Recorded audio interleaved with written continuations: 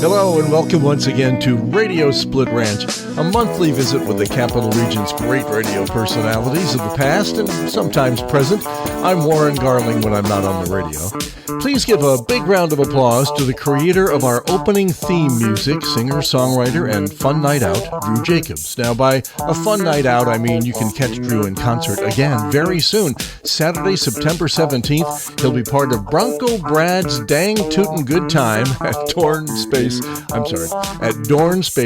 on Main Street in Gloversville. It just cracks me up. Just thinking about seeing Drew in concert makes me laugh and it makes me feel funny. The show starts at 7, so you can still get to bed on time. As always, you can find all the details at Drew's website, drewjacobs.com. If you're a regular visitor here at the Radio Split Ranch, you know that without exception, our guests say they've had a lot of fun working in the business. And if there's a side benefit that presents itself on occasion, it's that it can lead to a career on television. That's probably how you know this month's guest. Let's find out how he managed to make that transition as we spend some time with veteran broadcaster Jack Arnecke. How many people tell you, I grew up watching you on TV? The older they are, the less I like to hear it. But yeah, a fair number of people do. Yeah.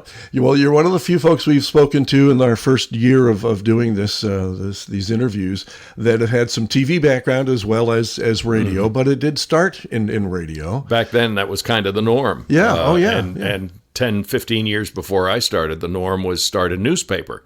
And then go into radio. That's right. You learn your journalism in newspaper, and then you go to radio. And I learned my broadcasting in radio, and then eventually evolved into television. Gotcha. And it was easier to do because it was a combined operation. That makes sense at the time. Yeah. So let's go back to the young Jack Arnecke, who all of a sudden got either get bitten by the radio bug. Did you want journalism? What was the inkling of the start? Probably not your typical one. Okay. When I was 7 years old, I heard that being a dentist is a real good career. And that just stuck in my head. Really? And all through my high school years, everything, I was going to be a dentist. I went to Siena. I was going to be a dentist. I had to take a pre-med course or a pre-dental course, and then you go on to dental school after that. And I ran into calculus. Mm-hmm. Don't get along very well to this day. So I didn't do well at Siena. But during the 2 years I was at Siena, I started, somebody, and I don't even know who, said, why don't you come on down to the radio station, see what it's like, WVCR, which at the time was a 10-watt carrier current only through the dorms. Oh, interesting. Now, I didn't know that. Yep, that's all it was. Wow, okay. And if you drove down, if you had an FM radio in your car back in early 1960s, which was a rarity, you could actually hear WVCR about half a mile down the road because the carrier current would carry through the power lines on Route 9. Right. So I went down, and I did a little goofing around down there and played some music and stuff like that, and just really kind of enjoyed it. And it really was just a fluke. Just somebody said to you, and you don't even remember who it was. No, I don't. Who to blame for all this? Yeah, and so I got involved more and more with it. Ended up having a regular show, and then now you were playing music. Playing music. It was middle of the road music. It wasn't rock and roll. It was the Ray Conniff Singers and all of that kind of stuff. Yeah. And so I did that. Did some newscasts and did it occasionally down there. But, mightily worked on my studies and didn't do well. The only thing that saved me from my freshman year to my sophomore year was the A I got in Glee Club. And that drove up my cume. Honest to God, they actually counted that. Yeah. That drove up my cume just enough so I could survive from freshman to sophomore year. But after sophomore year, I got the very polite letter from the administration that said, "You're hopeless as a student. Please don't come back." Oh, geez. And I had to find something to do. And I had started this, so I looked for other colleges. That didn't work. And I had some similar experiences. We had at Graham Junior College in Boston, it was a carrier current station in Kenmore Square. You can only hear it in the dorms and in the building that the broadcast studios were in. But my lousy grades were only in the subjects that weren't radio or TV. Okay, because we had TV and radio courses. It was a broadcast junior college, and so they did not ask me to come back for my second year, but when it came down to it, and I had to make a decision. I knew that my grades were not going to go up as long as I had to take Western Civ and sociology and psychology and that stuff. It just didn't interest me. I went to look for professors that would say, well, you don't necessarily have to come to every class, because I wanted to hang out at the radio station. So that's what I did, and the grades reflected in that. So you're done with college. Do you decide that you've had enough of college, or? Well, I tried to get in somewhere else. Okay. Tried to get in a couple of 2-year schools like Hudson Valley and at the time Junior College of Albany. But since I had 2 years already at Siena, I had too many credits to get in. And my marks weren't good enough to get into another 4-year school. Sure. So I'd send a lot of applications around, and it just nothing panned out. So it was that. What were you doing to stay alive at the time? Were you still living at home? I was living at home. Okay, all right. And my parents had a farm out in Central Bridge, out in Schoharie County. Had a chicken farm. So I worked that for a while. In fact, I even took ownership of it for a while. Wow.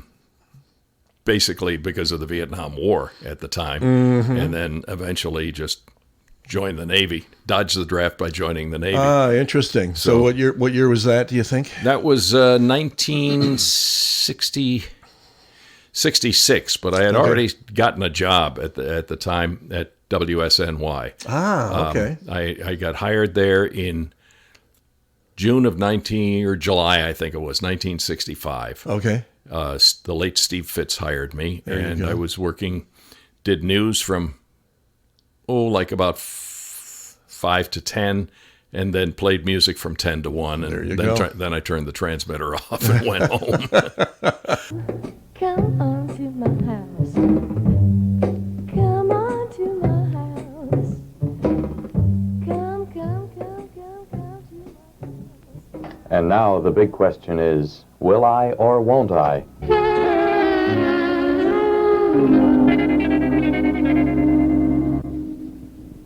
Danny Davis and the Nashville Strings play music from a group called Herman's Hermits, who are currently enjoying quite a bit of success in the rock and roll world, sort of a follow-up to the Beatles and the Rolling Stones and Peter and Gordon and all of those guys. Here they do one of their biggest hit songs and one of the most recent ones. I'm Henry VIII, I am.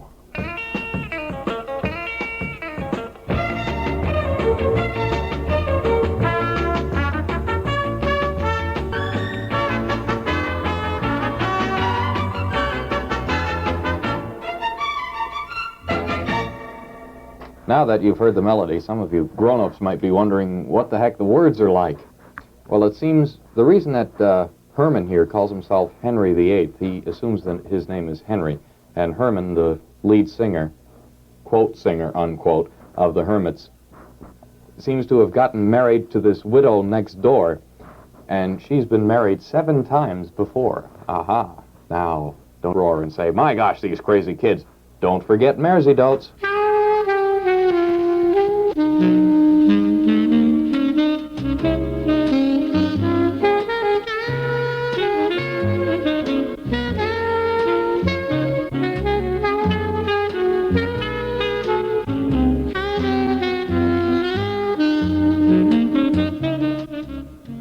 Record shopping is fun at Carl's Record Shop in Proctor's Arcade because you always find what you're looking for, everything from the newest pops to the classics. That's where WSNY buys all of its records. And just in the earlier part of this week, we picked up that Herman's Hermits songbook, and it has things on there like the one you heard, Henry VIII, I Am, The End of the World, Silhouettes, Can't You Hear My Heartbeat, Wonderful World, I'm Into Something Good, all kinds of things.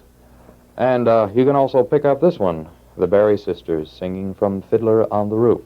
And this one particular selection on there, Matchmaker.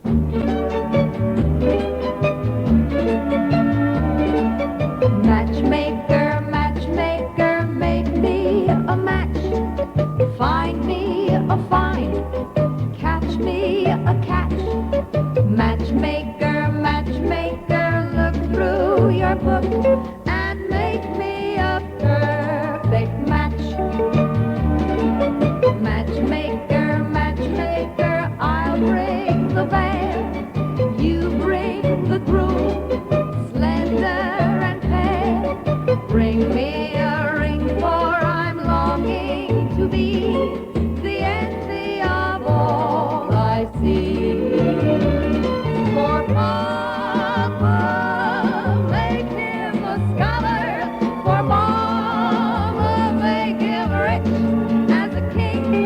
For me, well, I wouldn't holler if he were as handsome as anything. Matchmaker, matchmaker, make me a match. Find me a find, catch me a catch. Night after night in the dark I'm alone, so find me a match of my own. For Papa scholar, for Mama rich as a king. For me, well, I wouldn't holler if he were as handsome as anything. Matchmaker, matchmaker, make me a match. Find me a find, catch me a catch. Night after night in the dark I'm alone. Find me a matchless match. Catch me a catch, make me a match of my own. Matchmaker, matchmaker, matchmaker.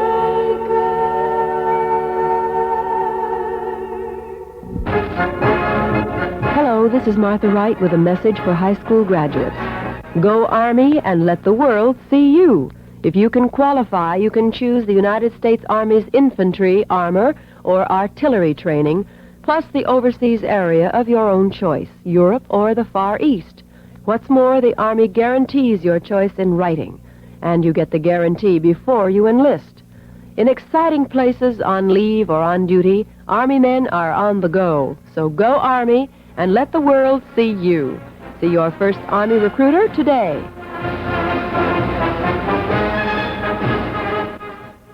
Here's Glenn Yarborough, formerly of the Limelighters, a member of that group, doing quite well on his own. And this is such a pretty song. It's called She.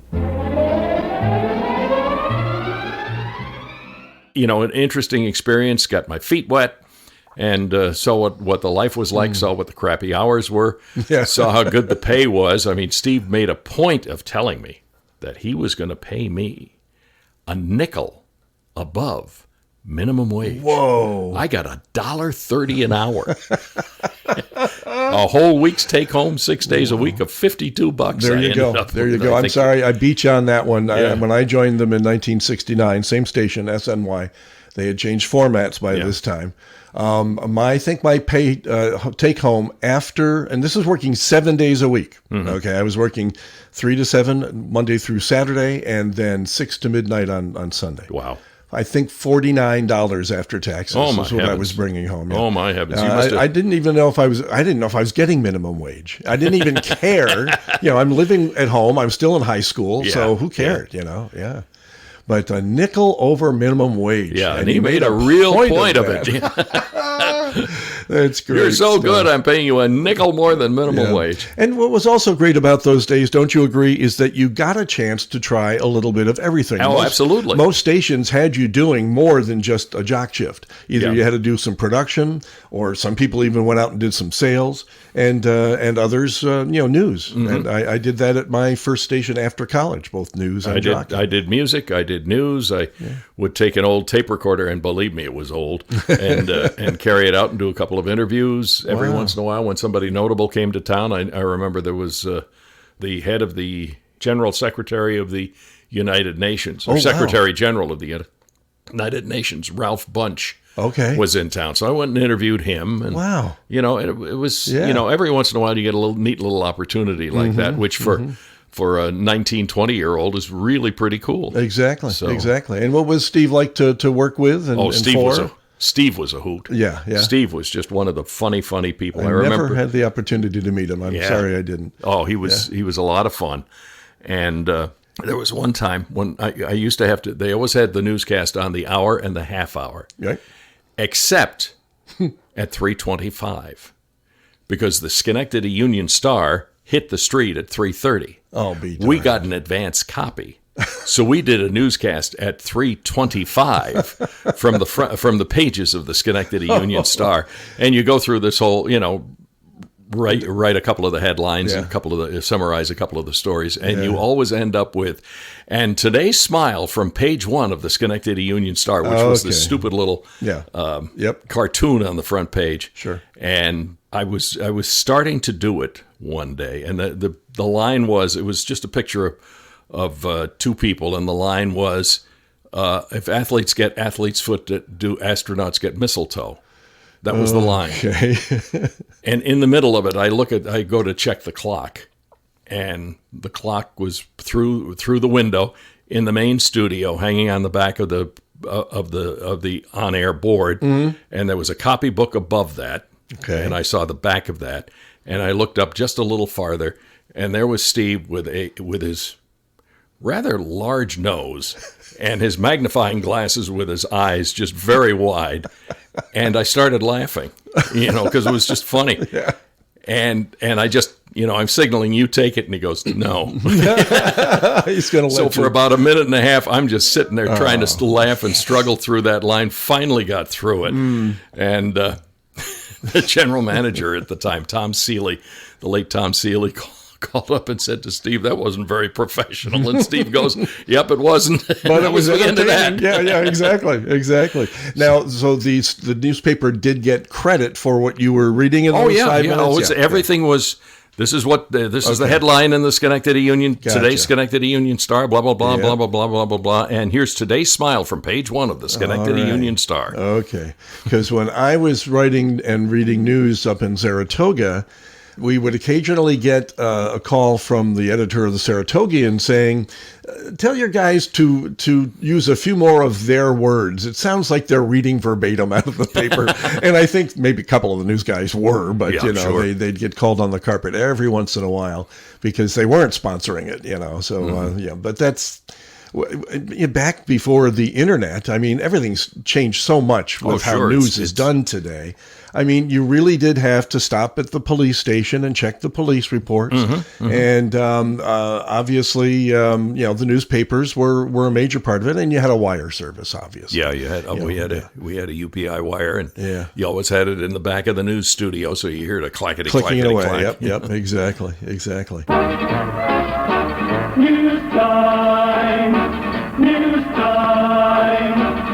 WSNY. With the important local news first. Jack Arnecke reports all the news first, a 10-minute summary of today's top news developments, brought to you before 6 o'clock. Safeway Supermarkets announced that they plan to build a new store near Rutland, Vermont. WSNY talked with Mr. Bernard Gordon, president of Safeway. Mr. Gordon, could you explain to us, please, the type of supermarket you plan to open in Rutland, Vermont? Well, I'd be happy to, Jack. The new store that Safeway is now being constructed up in Rutland, Vermont is going to be part of a shopping center of 18,000 square feet. It'll be one of the largest markets in the city of Rutland, and we're very happy to say that this is the first of a series of new markets that we expect to place in the state of Vermont. Safeway Supermarket seems to have grown quite a bit in the past few years. Could you more or less summarize the growth for us? Well, yes. Let me say this. The Safeway Supermarket actually started to grow within the past 10 years. We started with a standing position of just a couple small stores in the city of Schenectady here, and we have grown now to a chain of 19 stores.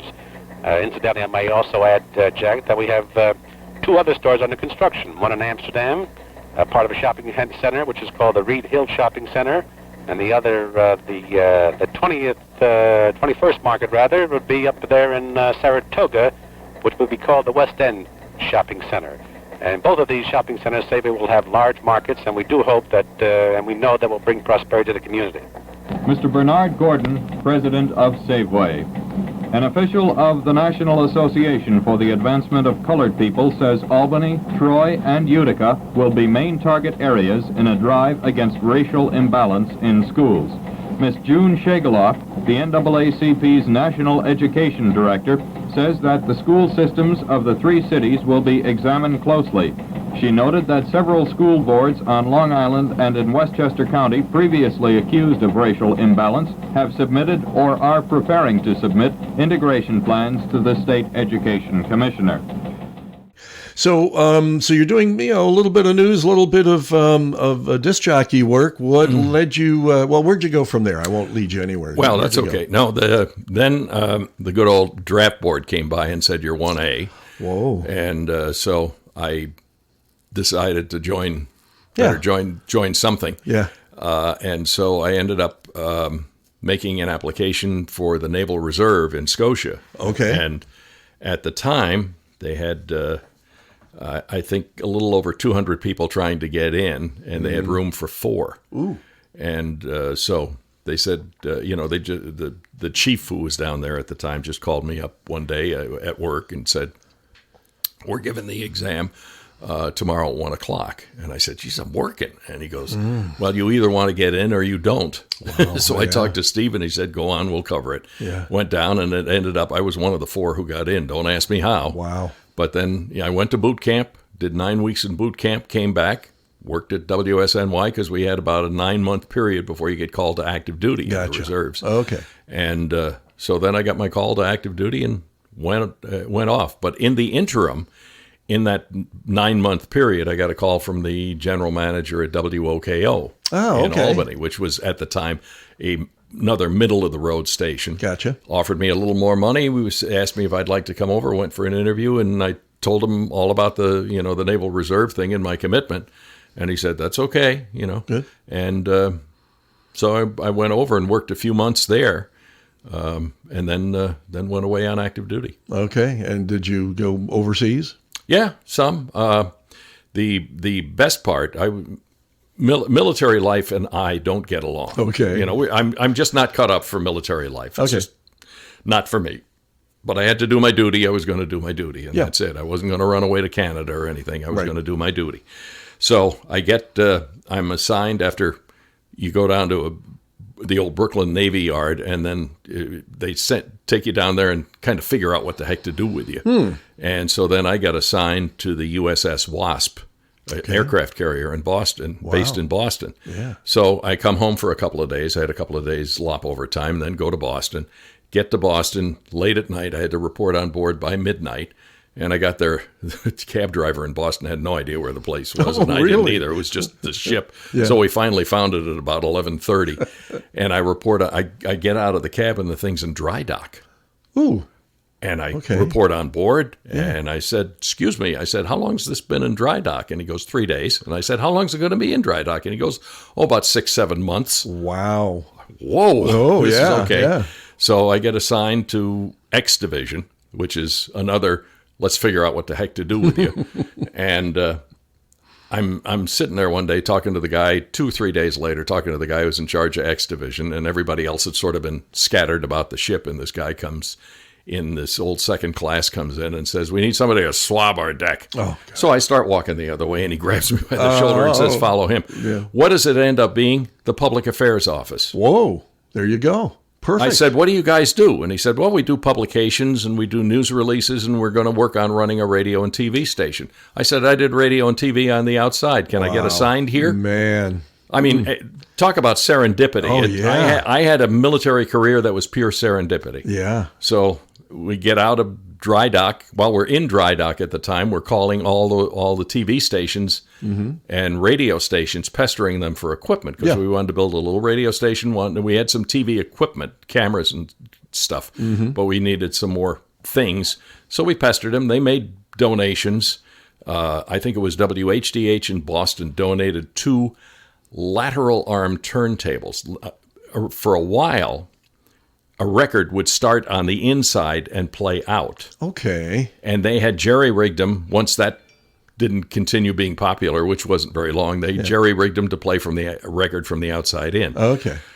They must have weighed 1,000 pounds apiece. Oh, they were monstrous things. But we wrestled those things on board, carried them down below deck, set up our little studio in one of the places, and then set up our little TV studio and went to town. And then we did operational readiness cruises, and then I had a 4-month cruise to the North Atlantic and the Med. All right. You got to see a little bit of the world anyway. Yeah. Here's a question for you. I don't think I've ever asked a question of this caliber. On a real rough day at sea, do the records skip? Those turntables and needles were so heavy. Yeah. They really didn't. I guess when you're on a carrier, it's more a gentle roll than it is bouncing. Yeah. And when it gets real bad, you don't put the radio station on the air. I suppose. Yeah, exactly. Yeah. Exactly. You had no trouble with the ocean? First time off of Cape Hatteras, we hit some 25, 30-foot seas. I blew my cookies, went up topside up to the hangar bay, where it was a lot of outside air coming in, and I could look at a horizon that straightened me out, and that was it. I never had another seasickness issue. That's cool. Yeah, that's good. To your advantage, obviously. Because there were some guys who just, as soon as it got rough, they were just sick as dogs. All right. So what were you doing with this radio station on board? Were you entertaining? We would run. We ran it. It was obviously carrier current, and they had. However, they had an old television system, so it was cabled through. So the radio music was on the television sets. Okay. Which kind of irritated the engineering people because they said, "Geez, you're going to wear the tubes out." Yeah. But we ran it that way, and then we do in the evening. We'd turn the radio station off. We'd turn the television station on. We'd do a half-hour newscast, and then newscast, sports, weather. Here's where we are in this big ocean, and here's where we're going to be, and here's how deep the water is, and blah blah blah, that kind of stuff. And then we'd run a movie. I'll be darned. And the ships all had movies, and every time you had stores or you went on shore or something like that, you'd swap out a half a dozen movies and so on. So, some people saw the same movie 4 or 5 times in 30 days, but what the heck? and then I would also do a newscast on the ship's intercom system. Okay. Called the 1MC. And I made some friends up in the radio room, and they would pirate some... they just try and tune in like a UPI or an AP or something like that, the international stuff, and download half hour worth of teletype stuff for me. Gotcha. Yeah. And that's what I would use. But every once in a while, they didn't pay much attention, and they'd zip around and find something that was a news thing and just let it go, and it ended up being TASS from the Soviet Union. So I had to Americanize the TASS newscast a little bit and say, come on, could you just check and see? How crazy is that? I know, it was really weird. Wow. But then I did that every single night while we were at sea. And you're in hog heaven. Yeah. And my rank at the time was a seaman. Okay.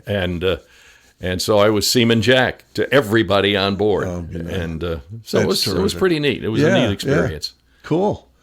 How long did active duty last? How long were you out? It was a year and 5 months. That was it was supposed to be a 2-year active duty shift. Okay. But then the Pentagon came along and said to the Department of the Navy, "Gee, we've got too many people. So any reservist with over a year, you're out immediately. Wow. And if you're on maneuvers, you finish the maneuvers." Well, that word came out when we left for the North Atlantic Med Cruise. I couldn't have been more, I joke, but it felt like it. I couldn't have been more than 30 feet away from the pier at Point Rhode Island when that thing came out. But I got to see Europe. So, and the whole time I was overseas in Europe and doing, everything on board ship and seeing some of the sights in Europe. Yeah. Or as I joke, I saw many capitals of Europe through the bottom of a beer bottle. And then, I knew as soon as that ship hit the pier in Quonset Point, Rhode Island, I was done. You're done, yeah. So that was the end of active duty. Wow. I came back and got my old job back at WOKO, and by then it had been sold and was a country music Had station. Had done country in that time? Yeah, I thought it might have, yeah. Yep, and I was the number 2 newsman, and the news director was Ed Daig. I'll be darned. Yep. Now, I didn't know Ed worked at OKO. I don't know how that's not come up before. How about that? Yeah, I don't know how long it was, because it wasn't long when I was there when 6 came along. So and hired now me. we're into the early 70s, probably? Just about 1970. Okay, yes, yeah, 69, yeah. 1970. Okay, excellent. When I took off for Boston for college for a couple of years. Yeah, because you're so much younger than I So, am. oh yeah, so much.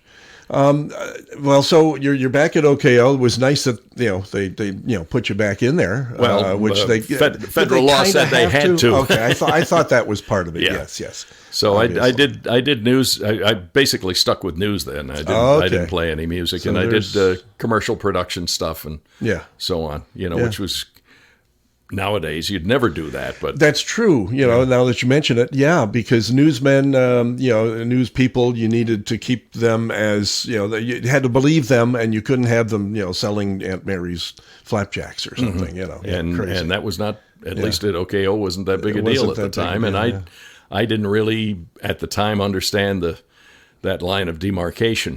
okay, So it was interesting, Yeah, but I but got busy. I got to learn to do some really interesting production stuff. Sure, and covered news, and that went on for about a year. Okay, all right. Now, was this before Joe Gallagher, or did you meet Joe at OKO? No, 'Cause I he never went met. through there. I never met Joe Okay. till up at 6. Okay, all right, yeah, because he was there when I came on the air at GNA, so he was there in probably more toward the mid 70s. Yeah. No, I was there just about a year and got a job offer from the Long Island Network, Okay.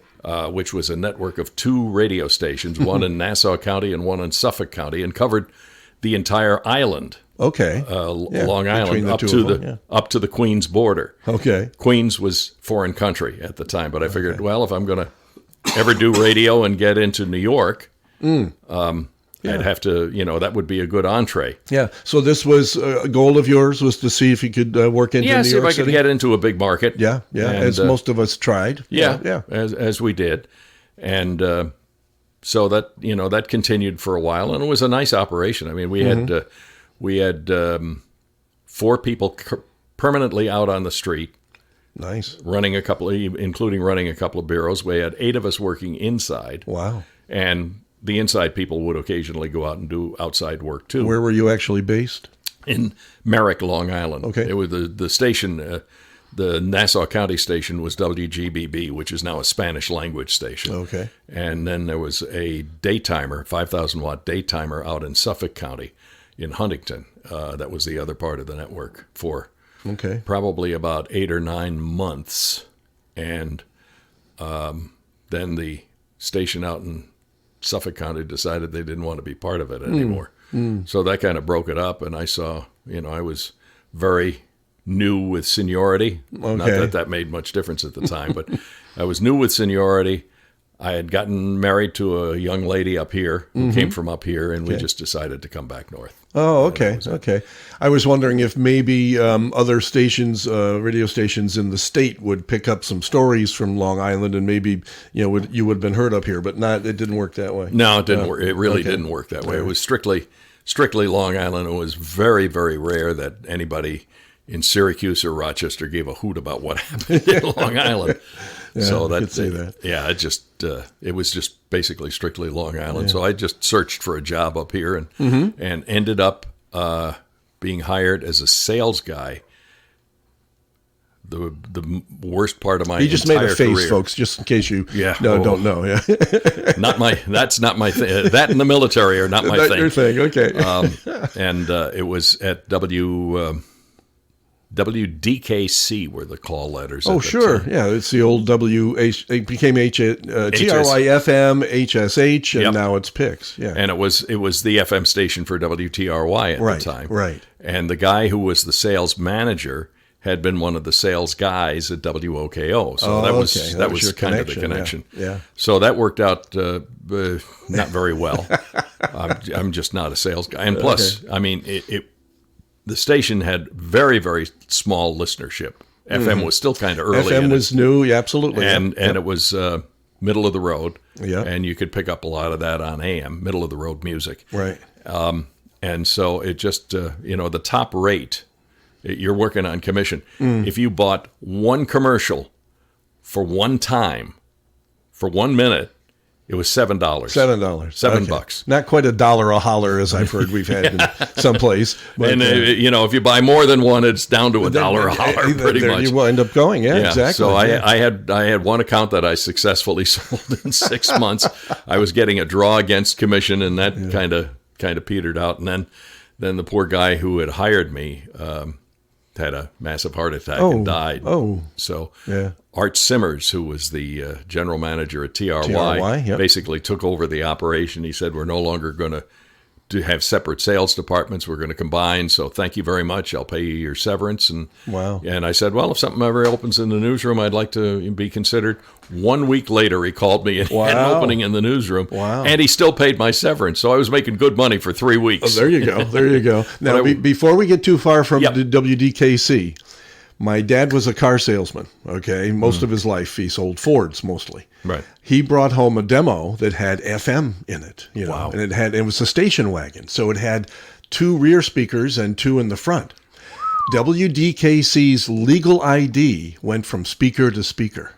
So it was in the left side, W, D was in the right speaker. for so crying out loud. WDKC back and forth. And I remember that like it was yesterday. Because that's a real cool effect if you don't know it. Absolutely. And the first time it happened in the car, my dad being an MOR guy all the way around in his life, I looked at my father. I said, "What was that?" He goes, "That's stereo."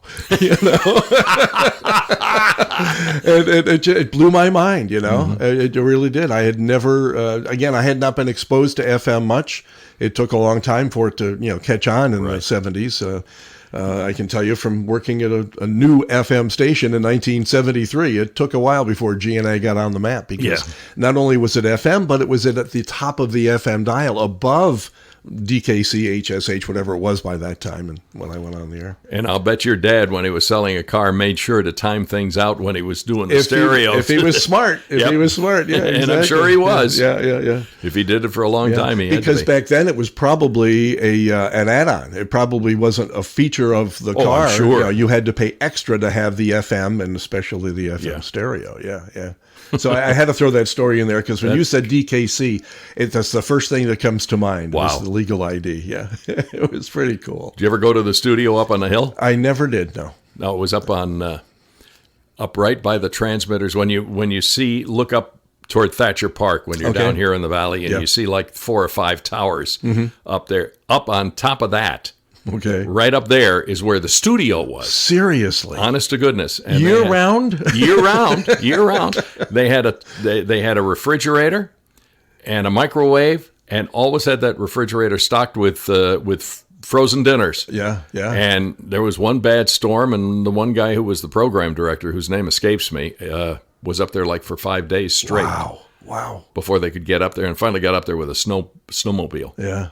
To get them out and get somebody else in. Sure, isn't that crazy? I know it. Yeah. I remember having to slog through the streets of Schenectady after a super big storm to get to work on a Sunday at SNY on Lafayette Street. I mean, I really was creating a path. Nobody was out. That's how bad it was. Yeah. How I even got into Schenectady from Glenville, I don't know. One of my parents probably. But I couldn't get to the station because the streets were just that bad for that particular storm. So I can't imagine going up into the Helderberg. Oh, I know it. That's crazy. And it's got to be wind howling up there. Oh God, yes, yeah. So you're at TRY now. Yeah. And doing some news for them? Working, doing Strictly News, working with George Lazat. Oh, yeah. Lou Tinney. Lou Tinney, I worked with Lou. Yeah. Real character, nice guy. Yep. And I think Bob Noble was there at the time. I remember that name. Yeah, he worked at AP for a long time afterwards, and several other folks along the way. And it was, very much a rock and roll station, and very much a rock and roll newscast newscast. So, and you guys competed directly with that 50,000 watt giant WPTR. Yep. It was you two all the time, and PTR moved their news to 5 of so that it wouldn't be at the same time your news was, and all that stuff when the competition was so crazy. Oh, it was incredibly fierce, and it was music was the key. Yes, it was almost you had to do a newscast because the FCC said you had to, and so you might as well do a good one. And they had I know Art Simmers always liked showy stuff, and he had this lime green, I think Plymouth Barracuda or something, newsmobile with a yellow light up on top. And the poor guy who was driving it home that night through Niskayuna, the Niskayuna cops stopped him because you had to have a permit for the yellow light. Oh, God. So for the longest time, the yellow light was covered with aluminum foil and duct. I don't know whether they had duct tape back then, but it was taped on aluminum foil until they got the whole thing straightened out. First vehicle that I worked when I worked at a station that had that on top, I was told you don't put that on when you're moving. It's only when you're sitting at the remote or when you're sitting at the news story, but not when you're on the road, you know. So, there were rules about that. I never drove the car, so it was always had to drive my own car going from hither to yon doing stories. So you had a pretty good, crew at that time. You had at least 3 or 4 people, right, in the newsroom. Yeah, Yep. yeah. And it was going out and covering, events live. And George is he would tend to be a little quirky once in a while, but he was a very good news director. Yeah, he was and a nice gentleman too. Cool. And worked there for a year, learned a lot, and just started looking again. And started making a few calls over to WGY to Don Decker, and he eventually said, "Okay, come on over. We got an opening. Come on over. Let's give it a try." Yeah, very nice. So, and I've heard great stories about Don being a great guy to work for. Oh, as he well. was Don he was Decker, real pro. Real pro. Yeah. Could be very tough, but cared deeply about the people that he worked with. Yeah. And was always in their corner and would. I mean, you knew when he went down to a management meeting and it was going to be a tough management meeting, you knew he'd put his job on the line to save yours. That's nice. Yeah. So yeah, that's the type of gentleman he was. So what folks were you working with over at GY when you first got there? Well, Mike Lederman is the one who left. Okay. And I filled his spot. Dick Beach was there. Wow. Larry Schwartz, Bill Duffy. Wow. What names? Yeah, great names. Great names. And Jim Williams was there. Okay. And that was just before they did the wild experiment of going from a half-hour 6 o'clock news to a 1 hour 6 o'clock news. That was a big deal. That's a big deal, yeah. And so I was hired on November 27th of 1972. Okay. And it was in January or February, that spring. And I forget whether it was for the February ratings book or they did it after that for the May ratings book. But they hired 3 more people immediately after that to expand it. Yeah. Did a couple of experimental broadcasts and then went for the hour. And Ed Daig was there at the time. He and Ernie Tatro were co-anchors. Okay. Now, was this a 6 o'clock or a 5 o'clock? 6 o'clock. 6 o'clock. Yeah, Okay. 5 o'clock was unheard of at the time. Okay. Yeah. Yeah. So it was a 6 o'clock newscast, and they expanded it to the hour, allowing a little more time to interview people and do some more expansive news pieces and so on. Sure. And the first ratings book came out, and they were very happy because they didn't lose anything. Everything stayed the same. Yeah. So this is when the rules were a little looser at the time. They came up. Managers came up, and I think George Spring was the manager at the time, but he came up with 2 cases of champagne for the newsroom to celebrate. Nice. Yeah. So Ernie, being the ever thoughtful person working nights, immediately grabbed about 5 bottles and stuffed them in his desk for the night crew because they came up at noon or 1 o'clock, something like that. Sure. So he did that, and so we night people had a little party too. But I still remember there was Ernie got one of the bottles of champagne out, and he was going to open it, and he took the little wire thing off the top, and the phone rang. Okay. And he picked the phone up, and he gets deep into some conversation with somebody. I have no idea who it is. Yeah. And we're just all working away, not paying attention. Yeah. And all of a sudden, blam! The cork goes, and it goes straight up, and we had the fluorescent lights up there with the grid. Yep. Well, that cork found its way square through one of the grids into one of the fluorescent bulbs. And broke that. And there's Ernie sitting there befuddled in a shower of fluorescent powder and glass. Oh, wow. I'll never... I mean, it was unfortunate, but it was funny, too, to see. But that was one of the early entrees. And then we just continued with the hour news. And I was mainly doing radio. I was basically a WGY employee, working 2:30 to 11:30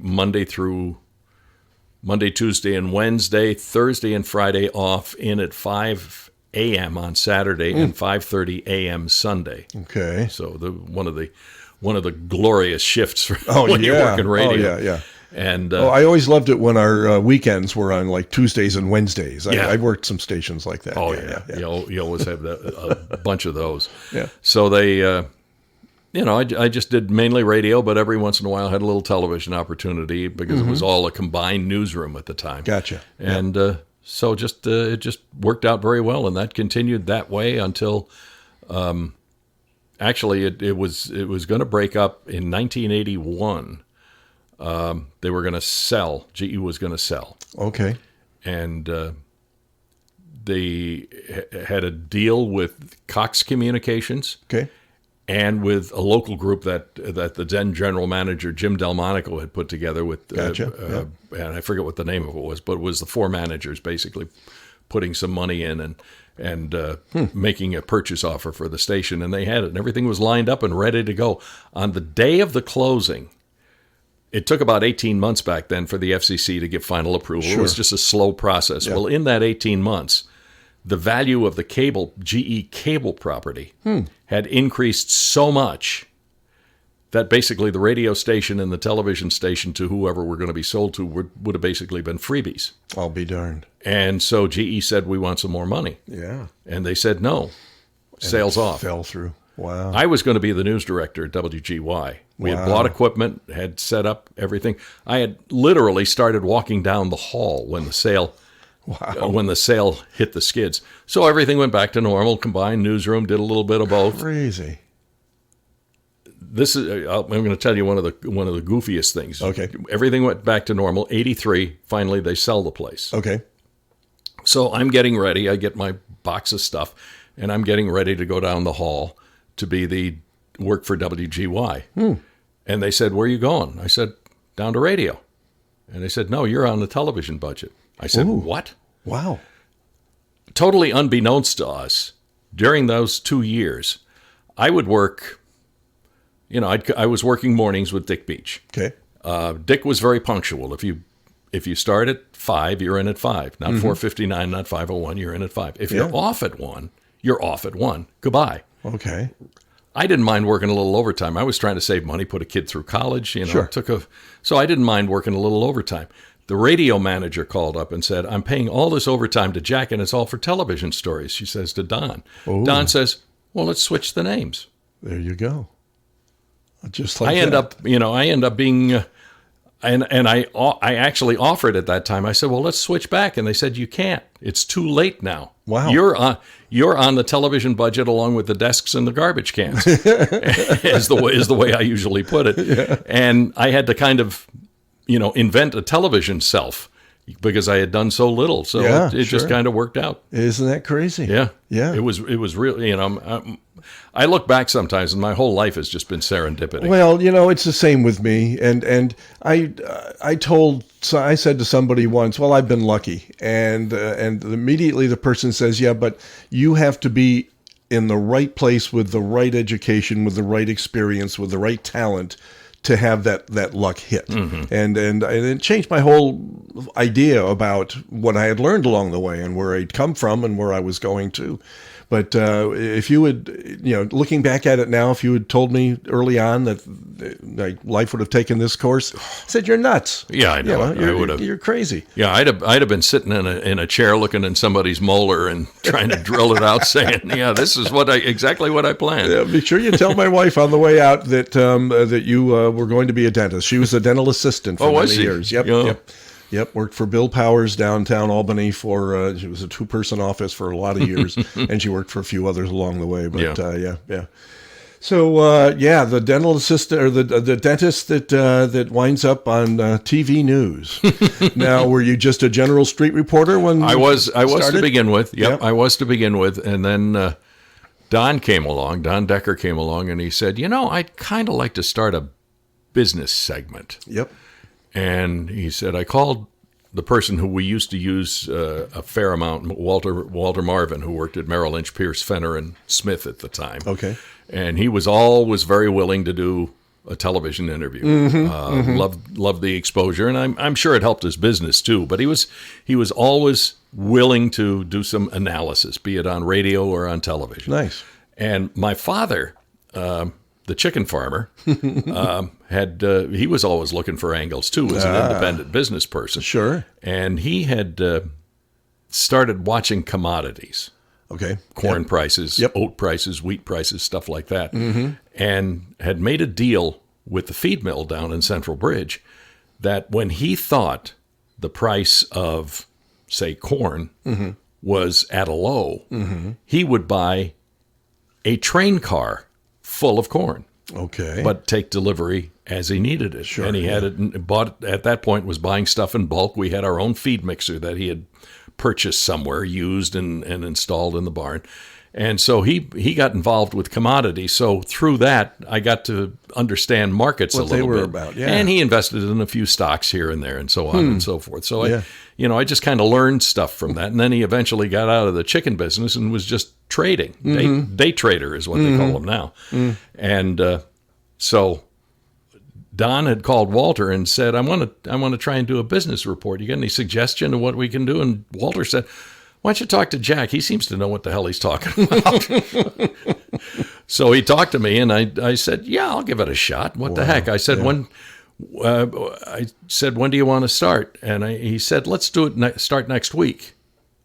I said, okay, what do you want? And he said, that's strictly up to you.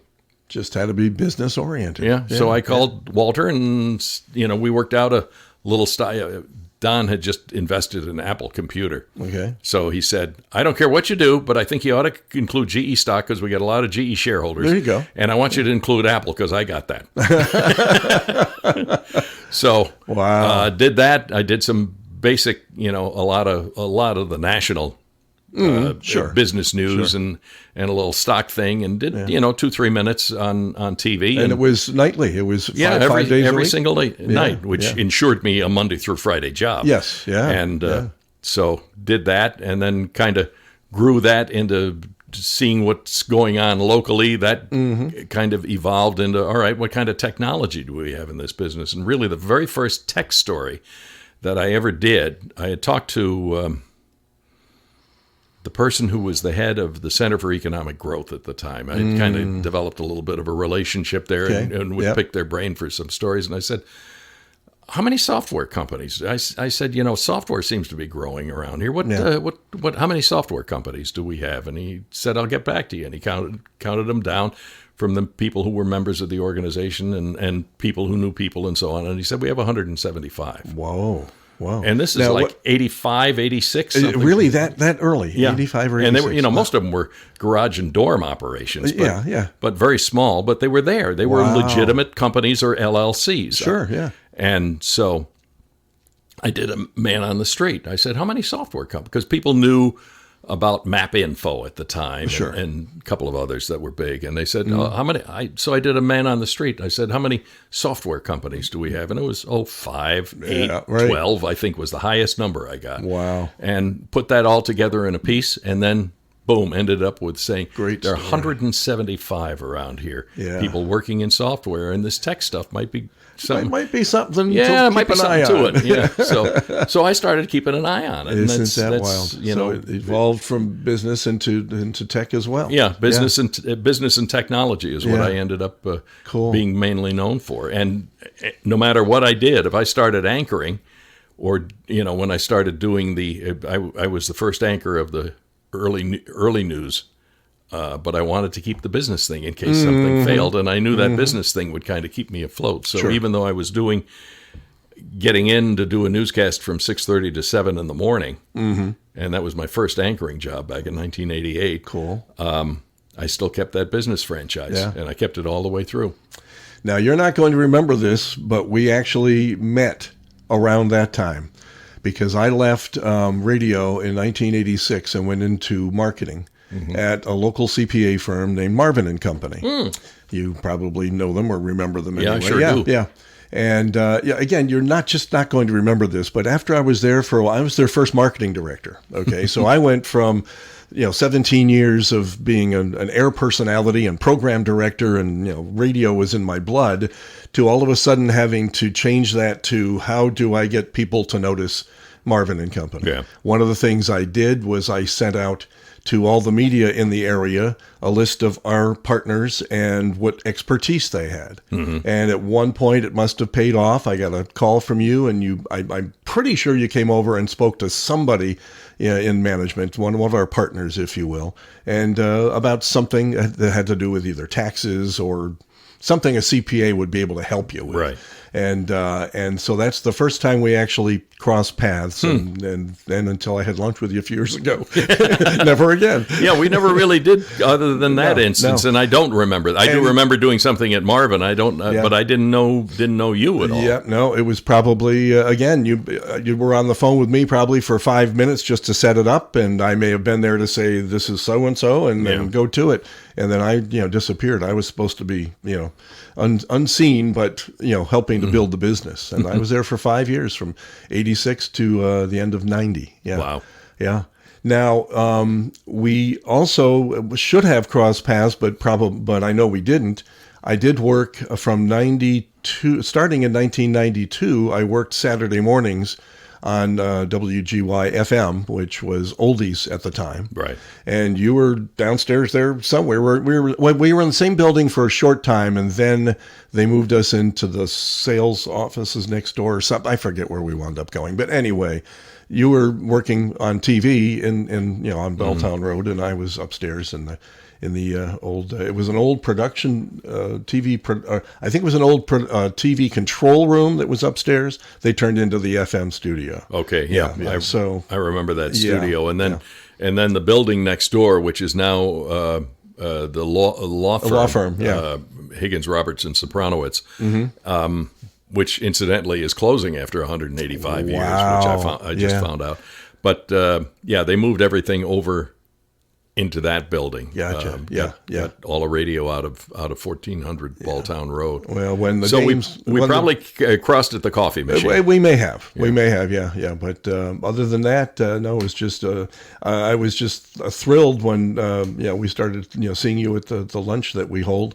Because, again, I grew up watching you and admiring what you were doing and thought, if I had stuck with news, maybe that would be me now, Well, you've had a great career, though. Oh, I don't regret a second of it. Yeah. I really don't. And being able to reminisce with folks like you about, how we all came up and how we have crossed paths many times and sometimes didn't know it, is pretty neat. And it's hopefully becomes these things live forever in the, Ethernet. Hopefully, this will be a history of local radio that somebody can look back on someday and say, radio? What was that? Yeah. What was radio? It's like the cartoon saying, gee, when my mother says when she was a kid, she would make a telephone call into a radio station and win tickets to something, and the other kid would look and say, what's a telephone and what's a radio station? Exactly. Yeah, exactly. Yep. Used to sit there with my finger in the dial for the first number of the radio station to call in, and but it's how I got encouraged to pursue my dream of being on the radio, because when I would call in and win something, it wasn't the first time, and the jock knew my voice immediately, and I'd engage them in conversation and say, I want to do what you're doing, and without exception, everybody always encouraged me. Yeah. But without exception, they never mentioned how lousy the pay was. Yeah, and everybody looks at that and says, what a glamorous job. And when you look at somebody like a Boom Boom Brannigan who's able to have a Cadillac with a third fin on it, exactly. It looks like such a glamorous job. Yeah. And in our minds it was. Yeah. Yeah, it was. But anyway, and obviously we did it for the love of it. So you had quite the career on TV. How long did that last? When did you? I retired on July 27th of 2007. Wow. And so I was at 6 WGY combination for just under 35 years. Terrific. A couple of months under 35 years, and actually doing primarily television from 1983 on. There you go. Yeah. Not primarily, only television from yeah. 83 on till I retired. Sure. Well, once they split the group up, that's basically what happened. Once the TV went with owners and the radio went with owners, different owners, that's what happens. Yeah. It was a shame to see that broken up, but back then those were the rules. Yeah. That it had to be separate ownership for radio and TV, and now it's not. And I know when for a time when Freedom Broadcasting, which owned RGB most of the time that I worked there, for a while when GY was for sale, they were seriously considering making a bid to buy it back again. Wow. Never came to fruition, I don't think, and I don't think the folks in California who were managing Freedom gave it much consideration. Probably not. But there was a fair amount of talk in the building to try and get that to happen. Yeah. No, those are the days that, to me, that was the golden age of radio, only because of my age. Mm-hmm. But the 60s and 70s, especially when you had, owners that owned AM, FM, and TV, that was your goal if you could, Sure. And absolutely. Obviously a larger market if you wanted to. Did you ever consider parlaying what you had here into a larger market? No. You didn't really look? No, when we were owned by GE and then the subsequent owners, I mean, GE was the best pay. Sure. By far for the time. The subsequent owners, Forstman Little at the time, which was an investment banking firm. That's like working in hell. Oh, yeah. And then Freedom Communications, which was more of a broadcast company. Nice. They were, it was pretty good. But I could make a very nice living. Yeah. And doing what I did, and when you get a little higher profile, the pay goes up. So I was making pretty good money, and when I was a kid, we lived in Florida for just a little while around Winter Park, and there were a lot of military brats down there who would a year or two at this place, a year or two at that place, and I just didn't like the thought of that. And if you're raising a kid, I just wanted that stability of at least the same neighborhood, same place. Now, what ended up happening is the more high profile I got, the more my name got known out in the community, the more people judged my son by me as opposed to him. There you go. So when he hit college age, the one thing he wanted to do was get out of here. Yeah. But and I can understand that. Sure. Sure. He wanted to be his own person and judged by him, by what he did, and so he went to college down on Staten Island and worked down that way for a while, and is now a research chemist out at a company in Boston. Okay, all right. I'm the first one in the family in the whole line who ever got into college unsuccessfully.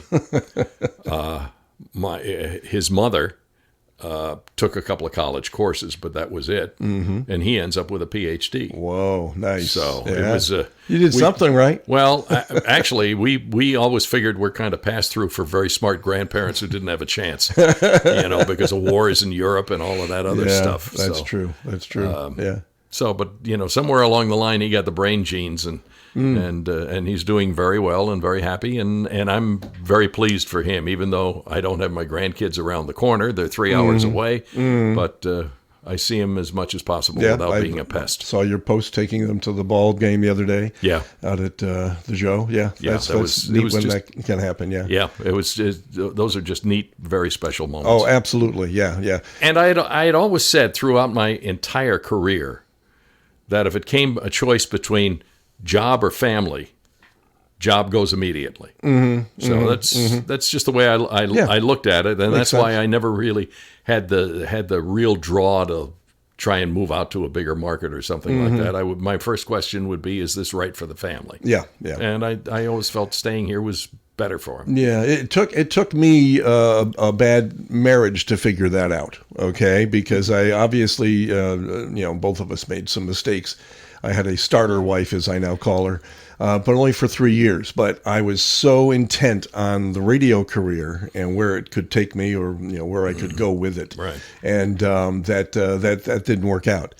when I met my wife of now 44 years, who's downstairs not listening to any of this, and probably will never listen to any of this because she didn't give a damn about me being in radio or TV, to be honest with you. She just mentioned immediately when we first started going out together, she's a twin. She says, I've never lived away more than a few minutes away from my twin sister.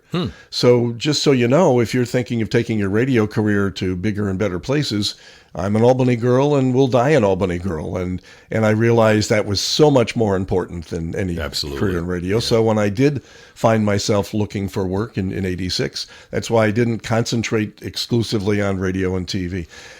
As you know, you kind of know where all the bodies are buried at the other stations because all the friends you've got from other stations kind of tell you, you know, oh, you really don't want to work here. Or, you know, did you hear what happened over there? You know, stuff like that.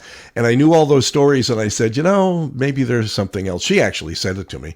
Maybe there's something else you could do. And that's what led to a career in marketing and sales, a whole second career. Yeah, crazy. Yeah. The nice part is that I got to do the radio and TV part-time, you know, on the side. I know it. You still were able to fill that little spot in your soul. Exactly. Well, and same goes to you because even though you left full-time work in 2007, I still see your shiny face on TV now and again. It's more the shiny top of my head, right? Yeah, I'm sitting at the Scotia Cinema a few years ago, and I'm just, you know, not really paying a lot of attention to what's going on prior to the movie. I'm talking to the folks we're with and such, and all of a sudden they say, that's Jack Arnecke. You know, I look up and I go, that's Jack. So you knew somebody at Scotia Cinema. They wanted you to do the that was a fellow named Pete Russo. Okay, who was also retired, sales and marketing and all of that kind of stuff. Yeah.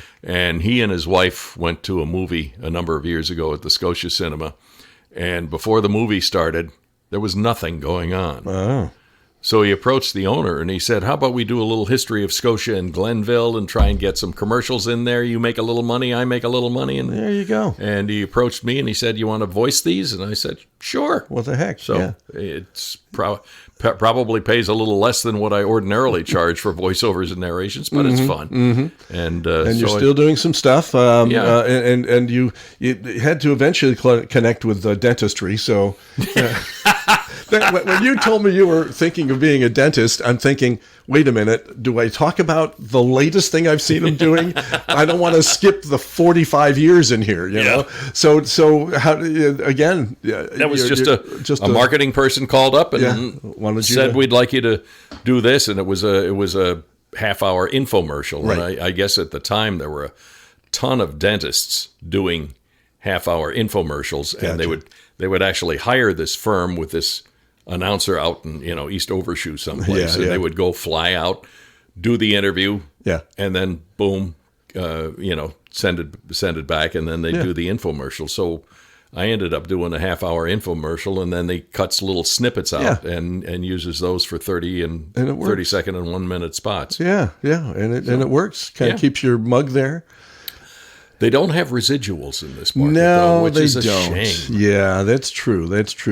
And I worked in public TV where after I was let go from there in 2006, somebody one day in 2008 said to me, hey, you look good on TV last night.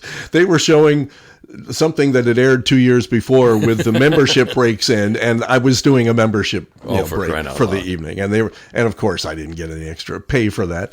Not that I didn't get a nice severance from them when I did get let go, but it's a crazy business up this way, especially when you first started in the business. This market was in the top 50. I think we were like 45 when I first started at WSNY. It was like the 45th market in the country. Now it's, I don't know, 75th, 80th or something. I have no idea. But it just fell out of the top 50 over the years. And back when we started, there were only a half a dozen AMs and a half a dozen FMs and three TVs if you didn't include the UHF, PBS station. And so what's changed in that time, in our lifetimes, is just remarkable. It's unbelievable. Well, even beforehand, I mean, when I was a kid and we got our first TV, a 19-inch Dumont in 1951, there were two choices for television. Wow. On or off. because RGB was That was it. Yeah. That was the only television station. Isn't that crazy? Yeah. And that was back when they were doing they were carrying everything. They'd carry some NBC stuff. They'd carry some CBS stuff. They carried Dumont, the Dumont Television Network. And then I remember the spots with a little boy and a little girl. It wasn't a spot. It was just a slide, a still picture of a little boy and a little girl holding hands. And the line was, "We're going steady with NBC." Oh, interesting. You remember that. Stupid little things you remember as became an from a NBC kid. affiliate, yeah. And that's another crazy thing that happened in our lifetime, in this market especially, is the switchover that went between networks all of a sudden. Between the three stations, they've all been an affiliate of all three major networks over the years. They switched. I don't think 6 has ever been an ABC. No, I guess you're right. You're right. Yeah, but a lot happened in the 70s. And that was because we had monster numbers. Yes. Yeah. Very big numbers. 10 had very good numbers. 13 at the time, WAST as it was known, had nothing. Yeah. And I think they were the CBS affiliate. I don't remember for sure, but confusing to me these days too. But CBS really wanted us. Okay. Yeah. And so they came and approached and made a deal that the general manager couldn't refuse and NBC couldn't match or didn't choose to match. Exactly. So yeah. that was it. Yeah. Crazy changes. It's all become such a bit. Well, the news game is now such a business too. And back when I started, it was a public affairs thing, and if you broke even, great. Oh yeah. And now it's a profit center. And of course, a lot of that happened because of the rules changes at the FCC. I mean, when I first started in radio, you had to have a certain amount of public affairs every week, certain amount of news every day, and you had to keep track of it all. And they look at your files and say, you're not doing enough, or you didn't do enough in this immediate area, or whatever it might be. And it was crazy. Some of the stuff we did to fill time on public affairs, and I remember interviewing the owner of Morris the Cat for a half an hour as a public affairs show. Wow. Because he was in town, and I said, let's grab him. Do it. After the first 3 questions, I'm thinking, okay, we only got 25 minutes left. What the hell am I going to do? And the cat wasn't talking. Yeah. No. So does he like Friskies or kibbles and bits? Exactly. But we would do all sorts of stuff just to fill that time and try to do it right. And a lot of that just went by the wayside in the 90s, it's resulted in what we have today, which, I don't know. I don't need your opinion on that. We hear opinions at lunch. We won't put it on tape. It ain't like it used to be, but then when I started at RGB and GY and RGB in 1972, the old timers were sitting there, would look at me and say, well, it ain't like it used to be. Yeah, that's true. And it's with everything in life. It just changes. It just changes. You can count on it. Well, this has been terrific. It's been a lot of fun. I learned a lot. We've spoken before, but I learned a lot. I didn't think you were going to give me more than 2 or 3 call letters. So we're going to have to add all these up, including the one on the WASP. I want to know, that's included. That was WASP, obviously. Oh, hell, that makes sense. I mean, why not? Yeah. But we'll count those up. So at the end of the show here, we can put in here exactly how many stations you have graced the halls of over the years. And again, thanks for sitting with me, Jack, and doing this. You're a joy to listen to, and always fun. Well, it's been a fun for me too, doing some reminiscing. It's makes me feel old a little bit, but hey, what the heck? Keeps us young a little bit too. Yeah, it's nice to know you made it this far. Yeah, and we're still upright and functioning. And occasionally somebody says, "Oh, I need him for my 30-second TV commercial voiceover." Every once in a while. Every once in a while. And as I say, I do just enough to keep me in gas money and greens fees. There you go. And I do just enough to be able to visit that little casino down on Erie Boulevard, but we won't go there. Yeah. All right. Thanks for your time, Jack. Hey, thank you for having me. Appreciate it. Radio Split Ranch. I have to admit, it's fun hanging out with Jack because, unlike most of us radio veterans, people recognize him and will stop and talk with him when we're having lunch. Thanks, Jack. As we enter our second year of conversations at the Radio Split Ranch, we continue to add up all the various call letters our guests have on their resumes. Jack says he's worked at 9 different stations between his radio and TV careers. That brings our running total from 13 guests to 145.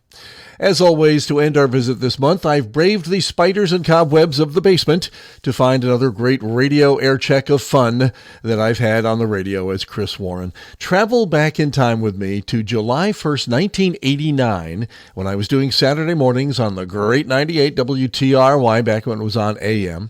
I chose this one because there's a mention of a live TV gig I was going to work that July 4th, well before I worked full-time for PBS affiliate WMHT.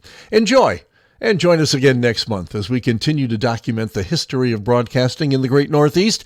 In the meantime, don't cry because it's over. Smile because it happened. The jogging craze, which really gave the product a sales boost. I'm Ed Gullo. The WTRY Weather Watch forecast, according to TV 13 meteorologist Bob Kovacic. Sunny, warm today, high 84, fair overnight, low 60, partly sunny, hazy, hot, and humid tomorrow, and a high of 88. Get the swim trunks on. Monday and Tuesday, hazy sunshine, hot and humid, chance of a slight, brief afternoon thundershower both days, high around 90 right now. Cloudy skies, 56 degrees at Weather Watch 98 WTRY. Chris Warren, WTRY, the oldie station. And Buddy Holly's here to get us started. Well, baby, can't you hear my heart? Kerchunk, kerchunk. That's how my heart beats. I don't know about yours. 9.5 minutes after 6 o'clock. How are you? It's Saturday morning. You've got Chris Warren hanging from your earlobe till 10 o'clock this morning. Glad to have you about. Here's Peter, Paul, and Mary going back into the 60s for you.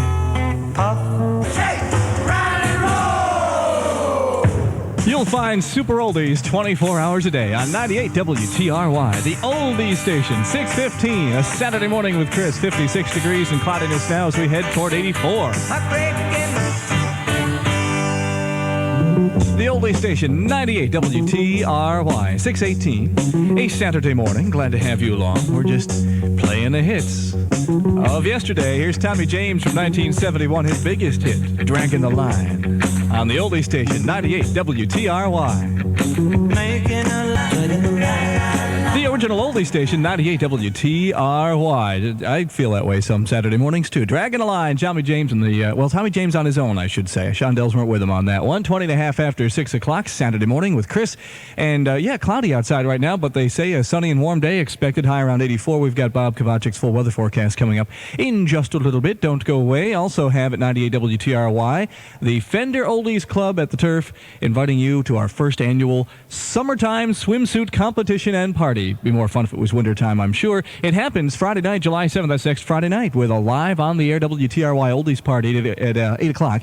And for those of you who have been working out all winter, here's your chance to show off. Our swimsuit competition is open to all men and women over 21 years of age. All you have to do is stop by, get set to put on your swimsuit, and be in the competition. First prize for both male and female categories will be a luxury room with jacuzzi, a champagne gift box, and dinner at the Turf.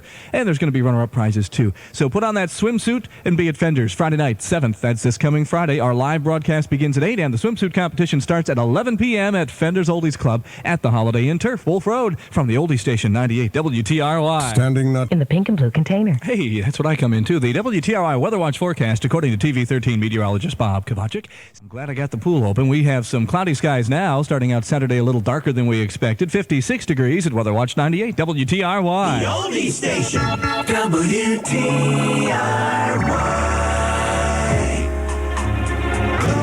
The Oldie Station, 98 WTRY. Beach Boys, don't forget their big 3-hour spotlight Monday night at 9 right here on the Oldie Station. Beyond the Sea.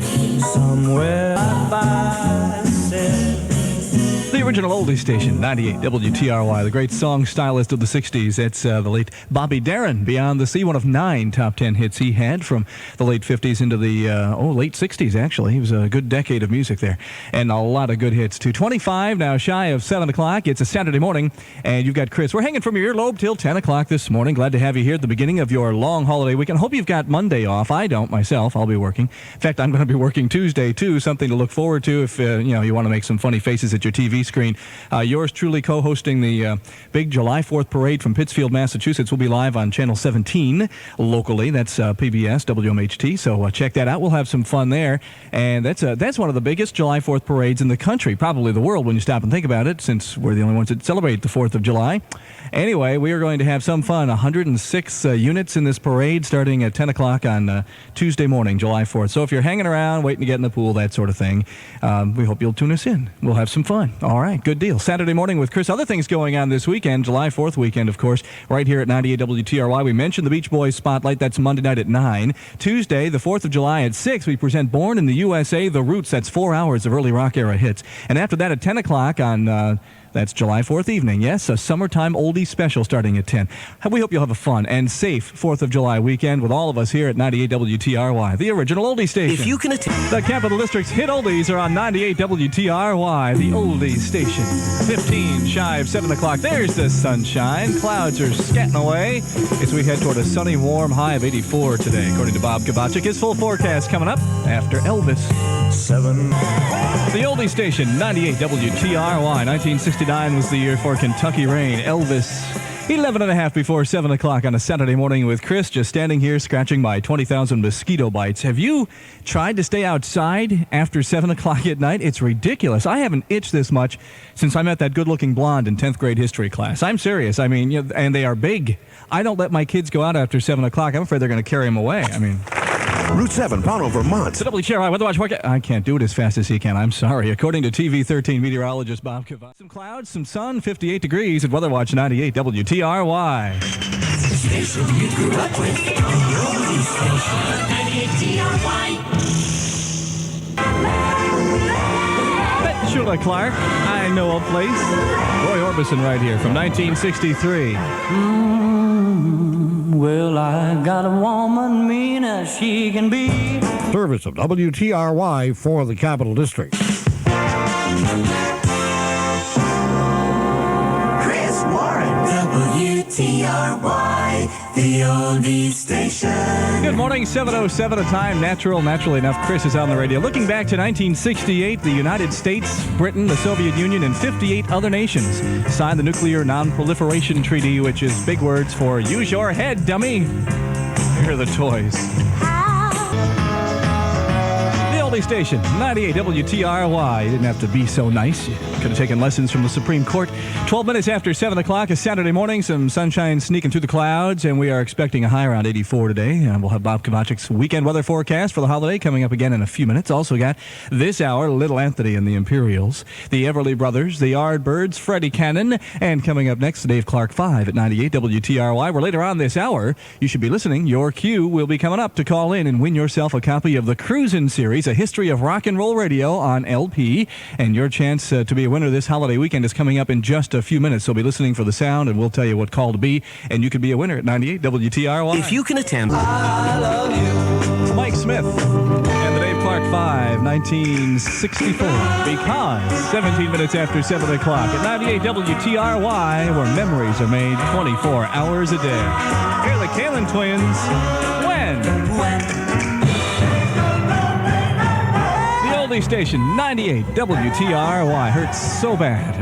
I probably could loosen the belt another notch. Wouldn't be as bad. 22 minutes after 7 o'clock, a Saturday morning with Chris. Still waiting for a lot of sunshine. We're supposed to get some today. Right now it's cloudy, and we're heading toward 84. Bob Kovacik's weekend weather forecast is coming up next at 98 WTRY. Got some special things going on, of course, all weekend long, including this Sunday morning, that's tomorrow morning at 9 o'clock, the part 1 of a 10-part series hosted by Dick Bartley called The Soul of the 60s. This week's show will feature the top soul artists from the year 1960, and that's, of course, Dick Bartley's part in it. It's called Soul of the 60s. Happens every Sunday morning at 9, starting tomorrow morning just before Cruisin' America with Cousin Brucey, and it's only here on the oldie station 98 WTRY. The WTRY Weather Watch forecast, according to TV 13 meteorologist Bob Cavani. Right now we have 61 degrees and cloudy skies at Weather Watch 98 WTRY. All the oldies are on 98 WTRY.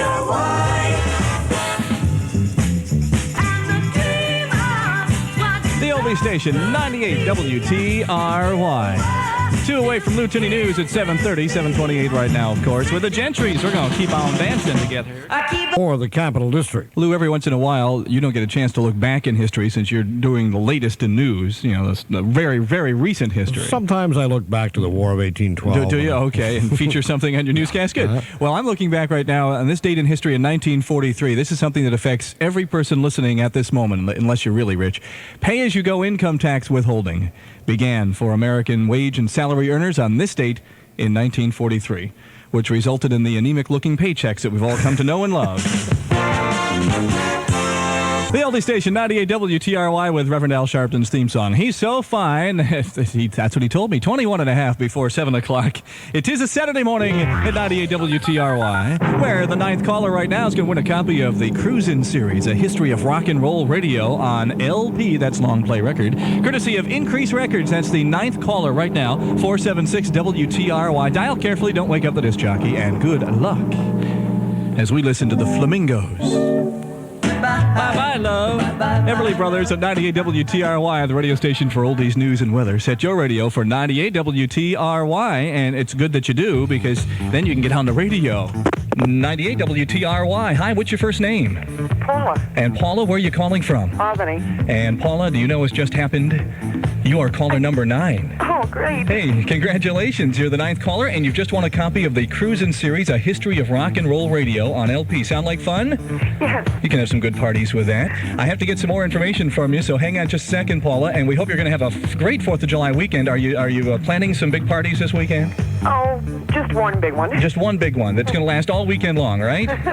Well, have a great one, and tell me, Paula, what radio station specializes in the oldies? WTRY. 1, 2, 3.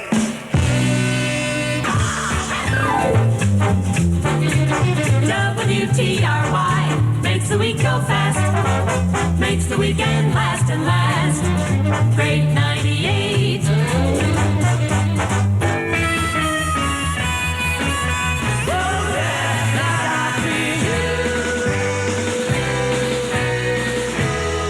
The oldie station, 98 WTRY, nothing like a great Beatles song on a summer morning. I just love it. That's Please, Please Me, of course, at 10 and a half before 8 o'clock. Before 8 o'clock, it's Chris, and after 8 o'clock, it's Chris. Actually, till 10 o'clock this morning, I'll be Chris. Then I change my name, and I go back to my mild-mannered life. 61 degrees on the outside, cloudy skies still, and we're looking for a sunny, warm one of 84 today. Got the forecast coming up from Bob Kovacic in just a few moments. I know you're planning on doing some stuff this weekend with the family. Get out, enjoy.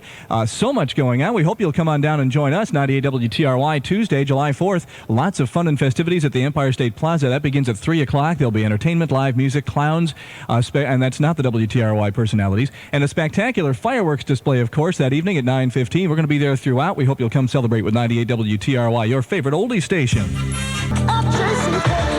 The WTRY weather. It's right now 61 degrees and cloudy at Weather Watch 98 WTRY. The greatest thing on the air, WTRY, Great 98.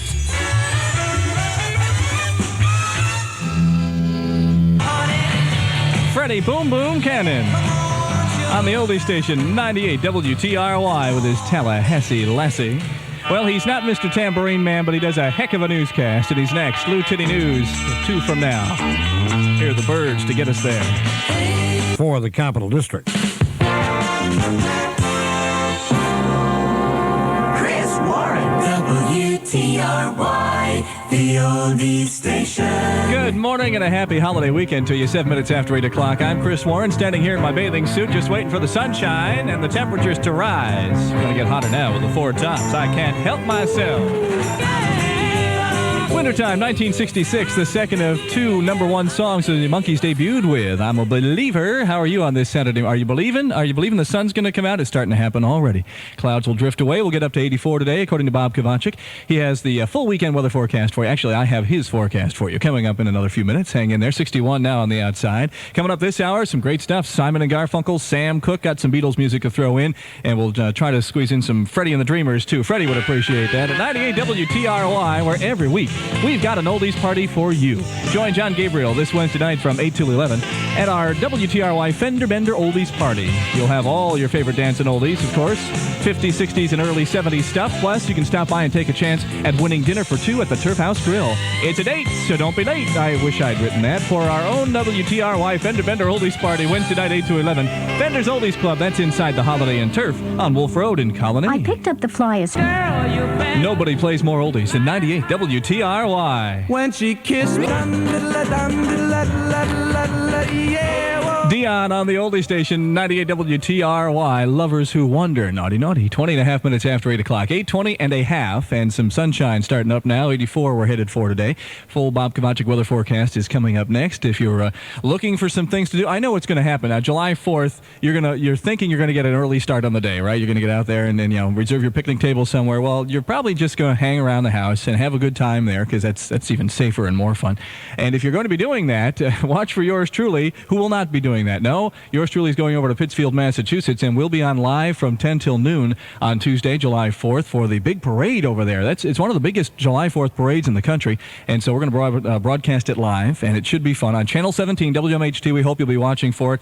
I'm going to be co-hosting with some guy from another radio station, and we try not to mention people like that since he's on another radio station, but we're going to have some fun anyway.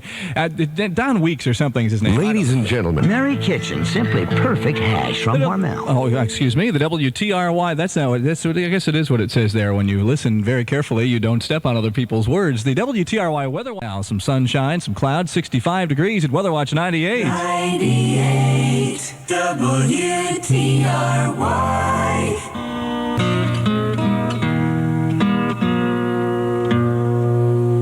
98 WTRY, where this coming Wednesday, be sure to join John Gabriel for Solid Gold Hump Day. That's our weekly all-request oldies show. Be ready to call in, request your favorite oldie from the early top 40 rock and roll era. And on the Hump Day spotlight this week, Chuck Berry. Solid Gold Hump Day and the all-request oldies with John Gabriel begins Wednesday morning at 10 on the oldie station, 98 WTRY. Lou Tinney has a news update next at 8:30, and yours truly, Chris Warren, back till 10 this morning right now. Going to check my temperature. Here's Keith, 98.6. For the Capital District. Chris Warren, WTRY, the oldie station. Now, don't run away. Hang in there. Got some more coming at you. Here's Del Shannon on the oldie station, TRY. Oui, Michelle. Beatles. On the original oldie station, 98 WTRY. 65 degrees and sunshine, heading toward a sunny, warm 84 today, says Bob Kovacic. Got his full weather forecast coming up in just a little bit. And that's the way the whole weekend looks. Hazy, hot, and humid, and just perfect for swimming. And what a wonderful world it will be all weekend long. Here's Herman's Hermits. Yesterday's greatest songs are on the oldie station, 98 WTRY. 16 shy of 9 o'clock with Chris and the main ingredient. Everybody plays the fool. The original oldie station, 98 WTRY. Everybody plays the fool one time or another, I guess. 13 shy of 9 o'clock, Saturday morning with Chris, hanging from your earlobe until, what time will we be here? Till 10 o'clock this morning. We do this every Saturday morning from 6 till 10 because I don't like to do the lawn that early. We got a lot of good stuff going on this week, and not only here at WTRY, but throughout the Northeast. Of course, it's a big holiday weekend. The film Annie is playing at the New York City the Empire State Museum. Yes, that's what it's called, in Albany. 1 and 3 p.m. today. Child is just $1, $2 for adults. I'll also understand that Proctor's this weekend is Who Framed Roger Rabbit for, I think, the same prices, $2 and $1. So that should be fun. Check the listings in your paper for that one. Of course, a lot of fireworks going on this weekend. You want to be at Riverfront Park in Troy with WTRY's Captain Bob O'Neill. He'll be broadcasting live tomorrow, the 4th of July, from 1 till 10 p.m. Is he going to really be there from 1 in the afternoon till 10 o'clock at night? Boy, I'm glad I'm in this business just part-time. There will be crafts, food, and entertainment. Beatlemania hits the bandshell at 6:30. There'll be fireworks at dusk. You can celebrate the 4th in Troy tomorrow night, and it'll, of course, be live right here on 98 WTRY. Check it out. And if we're going to look ahead a little bit here, this coming Friday night at the Turf Inn, first annual summertime swimsuit competition and party. It happens Friday night, July 7th, live on WTRY. Big Oldies Party starts at 8 o'clock. For those of you that have been working out all winter, here's your chance to show it off. Our swimsuit competition open to all men and women over 21. All you have to do is stop by, get in your swimsuit, be in the competition. You could win both male and female top prizes, a luxury room at the Turf with jacuzzi, champagne gift box, and dinner, of course, all at the Turf. And there's going to be runner-up prizes, too. So join us, put that swimsuit on, have a good time. Friday at Fenders, July 7th. Live broadcast begins at 8, and the swimsuit competition starts at 11. Fenders Oldies Club at the Holiday Inn Turf, Wolf Road, from the Oldie Station, 98 WTRY. Pays to discover the card that pays you back. The WTRY Weather Watch forecast, according to around 90 right now. Sunshine 65 at Weather Watch 98 WTRY. Great 98 summer in the city. WTRY. Capital District. Chris Warren. WTRY. The Oldie Station. 5.5 after 9. Let's check out this date in history. This date, 1847, the first national adhesive postage stamps in the U.S. were issued. Before that, they had to use cold oatmeal to stick those stamps on. Hey, that stuff works. You ever tried to get up at a cereal bowl afterwards? Don't talk back. Hey, I can almost do that on Saturday mornings. Almost. This is as deep as the voice gets. Saturday mornings, 10 minutes after 9 o'clock. And, of course, the Coasters, Yakety Yak, going back to 58. My 10-year-old knows all the words to that song. How are you this Saturday morning? Got a good one going. This hour especially. Zombies, Everly Brothers, he spit out. Billy Joel, Tommy James, Mamas and Papas, and more. And later on this hour, you should be listening for your cue to call in and win yourself a copy of the Cruisin' series. It's a history of rock and roll radio on LP. And your chance to win this holiday weekend is coming up in minutes at 98 WTRY. 98 WTRY, the Capital District's Oldie Station, 15 and a half after 9 o'clock. Saturday morning with Chris and the Zombies. 3 words of advice. Tell her no. The Oldie Station, 98 WTRY. Walk right back. You can try running backwards, but it probably, trip over your feet like I do. 1961, the year for the Everly Brothers. Phil and Don, 20 minutes after 9, 9:20. A Saturday morning at 98 WTRY, where we're getting ready for Monday, because Monday at noon, John Gabriel counts down the top 10 hits for July 3rd, 1969. Good year. It's our WTRY Hall of Fame, and if you're from the high school class that graduated in 69, be listening for your chance to win a 1-year video membership to Hippos in Stuyvesant Plaza and be qualified for the weekly grand prize. It's the Super Shop and Save Oldies Library. That's the grand prize, featuring over 98 hits on 14 cassettes. And it's all because of the WTRY Hall of Fame and John Gabriel, of course. Weekdays on the lunch hour from the Oldie Station, 98 WTRY. I picked up the flyers from Hormel. The WTRY Weather Watch forecast right now, 65 and sunshine at Weather Watch 98 WTRY. The greatest thing on the air. WTRY, Great 98.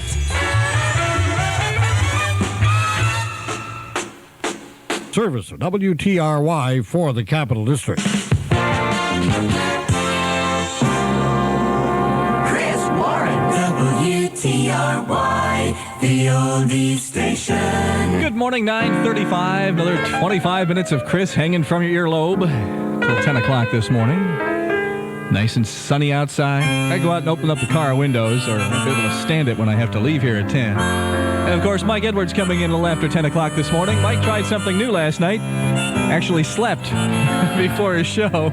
So I don't know what to expect, but I hope you'll stick around for it. Here's Billy Joel, story of the Piano Man.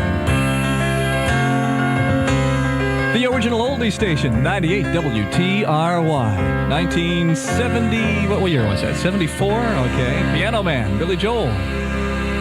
19 shy of 10 o'clock with Chris. At 98 WTRY, where the 9th caller right now wins a copy of the Cruisin' series, a history of rock and roll radio on LP, courtesy of Increase Records. That's the 9th caller right now, 476 WTRY. Dial carefully, because you don't want to wake anybody up at this hour of the morning. Good luck. 476 WTRY. Call number 9 to be a winner. Here's Ian Whitcomb. Listen for the ashtray falling off the piano. They say that somewhere in this song it does that. With with the headphones on, listen tight. You turn me on. Come on now.